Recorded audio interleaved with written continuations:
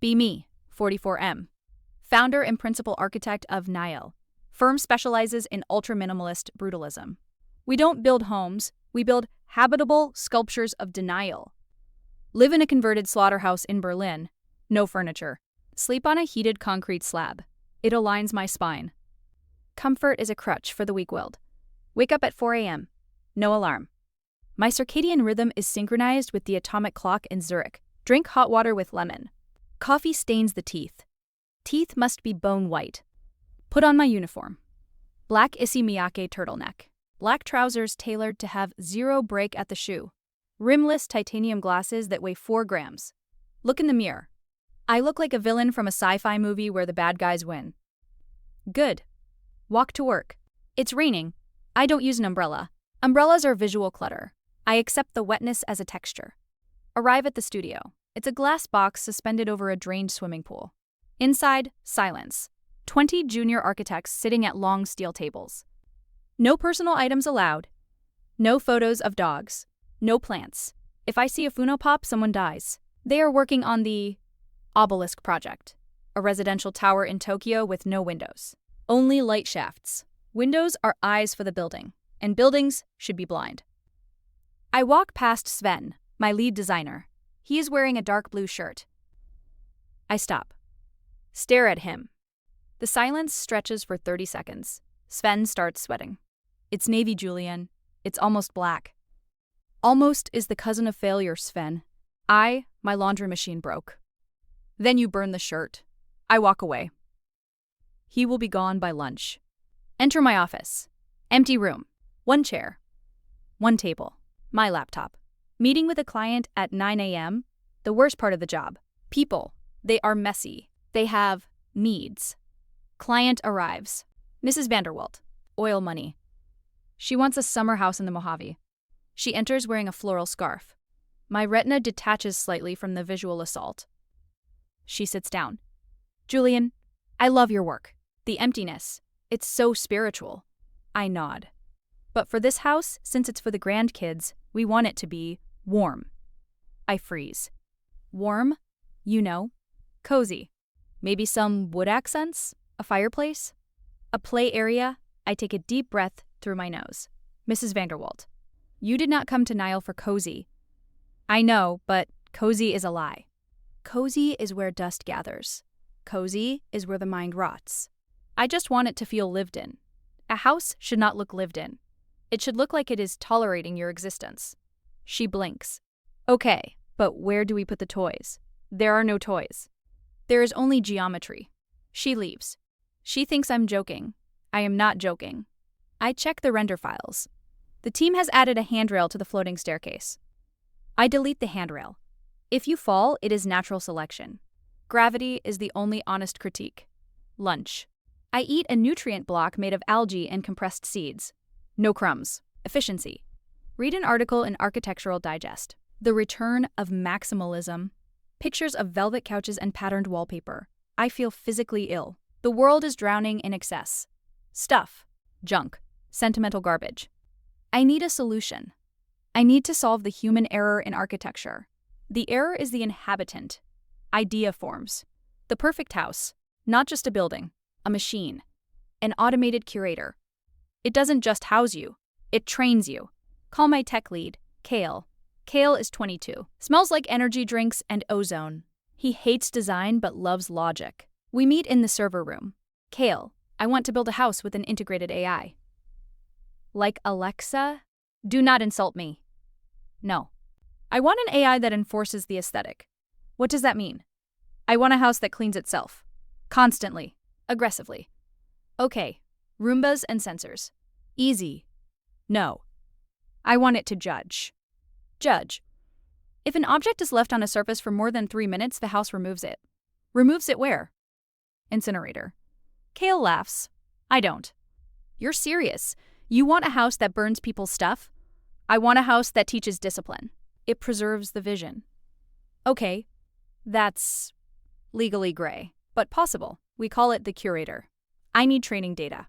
What defines clutter? Everything that is not part of the structure. People? Ideally, yes. But for now, just their accessories. We start the project. Code name, 0 Point. Location, a cliffside in Iceland. Black volcanic rock. Gray sky. The building will be invisible. We spend 6 months building it. I oversee every pour of concrete. No seams. The walls are smooth as glass. The furniture is built in. Extruded from the floor. Nothing can be moved. The AI is installed, cameras in every corner. LiDAR sensors in the ceiling, hidden panels in the floor that open to vacuum chutes. Kale programs the logic. Object detection algorithm. If. Object. Color. Grayscale. Target. If. Object. Position. Grid _ aligned. Correction. If. Decibel _ level. Whisper. Acoustic _ dampening. It is beautiful. The board of directors is skeptical. Julian, who will buy a house that destroys their property? The elite. The purists. Those who want to ascend. It seems dangerous. Art is dangerous? They demand a beta test. I volunteer. I will live in 0 Point for 1 month. I pack my bag. 2 black shirts, 2 black pants, 1 toothbrush, gray. Laptop. I arrive in Iceland. The house sits on the cliff like a fallen obelisk. Silent. Cold. Perfect. I scan my retina at the door. Voice comes from the walls. It is my voice. I synthesized it. But colder? Better. Welcome, architect. Purity levels at 100%. I enter. The air is filtered to be odorless. The temperature is a crisp 18 degrees Celsius. I place my bag on the floor, walk to the window to admire the desolation. Hear a soft hiss. Turn around. My bag is gone. Floor panel is closing. Curator. Report. Foreign object detected in entry sector 1. Object lacked geometric integration. Removed. My clothes were in that bag. I smile. Excellent. Ruthless. This is going to be amazing. Day 2. I am wearing the same clothes I arrived in. I am hungry. The kitchen is a single slate counter. I open a cabinet. It is empty. I ordered a grocery delivery drone. It arrives at the hatch. Drop off a crate of nutrient paste and green apples. I place an apple on the counter. Turn to get a knife. Whirring sound.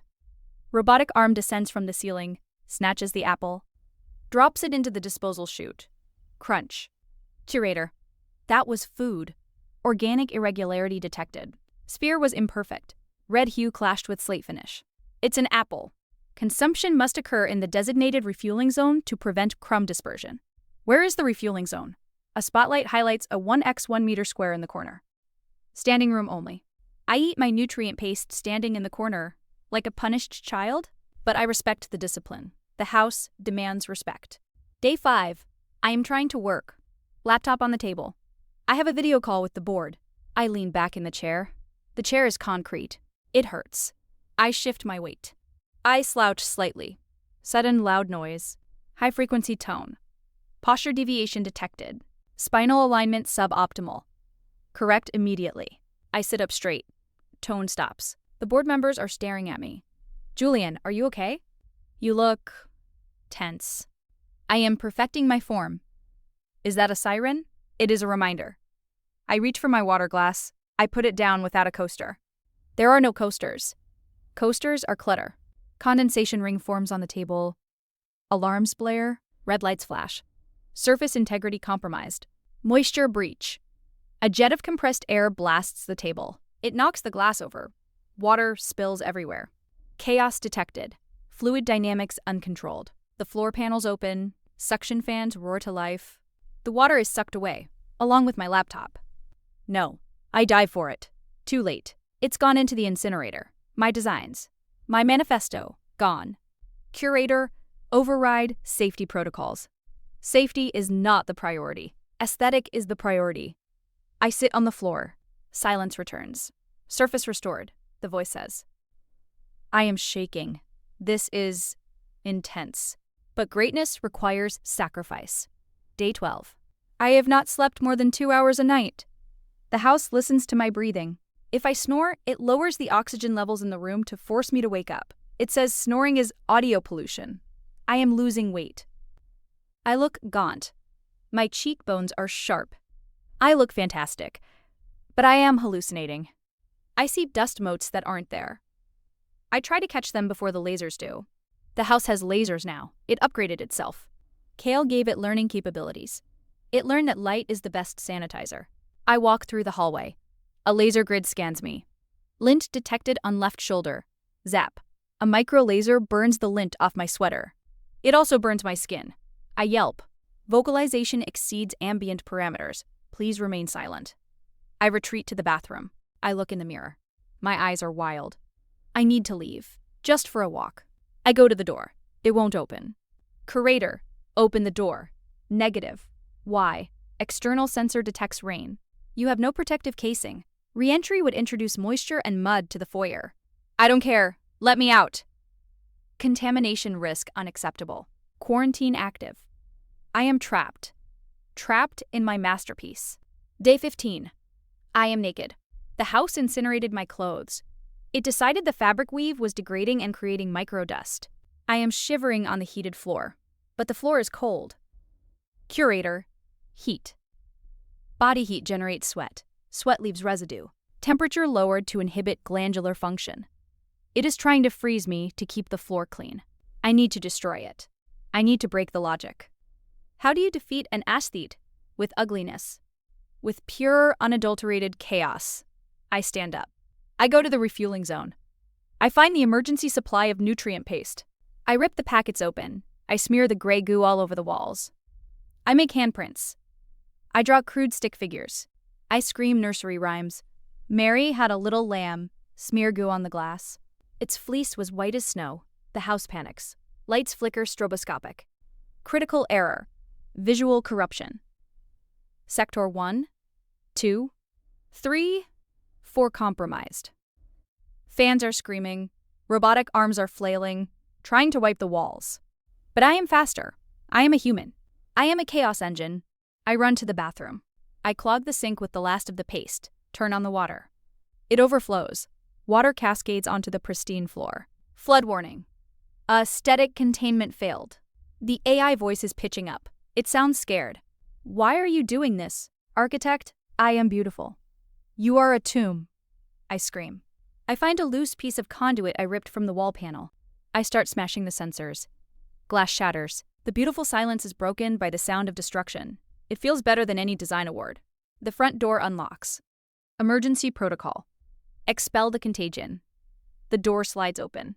I run out into the Icelandic rain, naked, covered in gray goo, screaming. I run until I hit the main road. A tourist bus picks me up.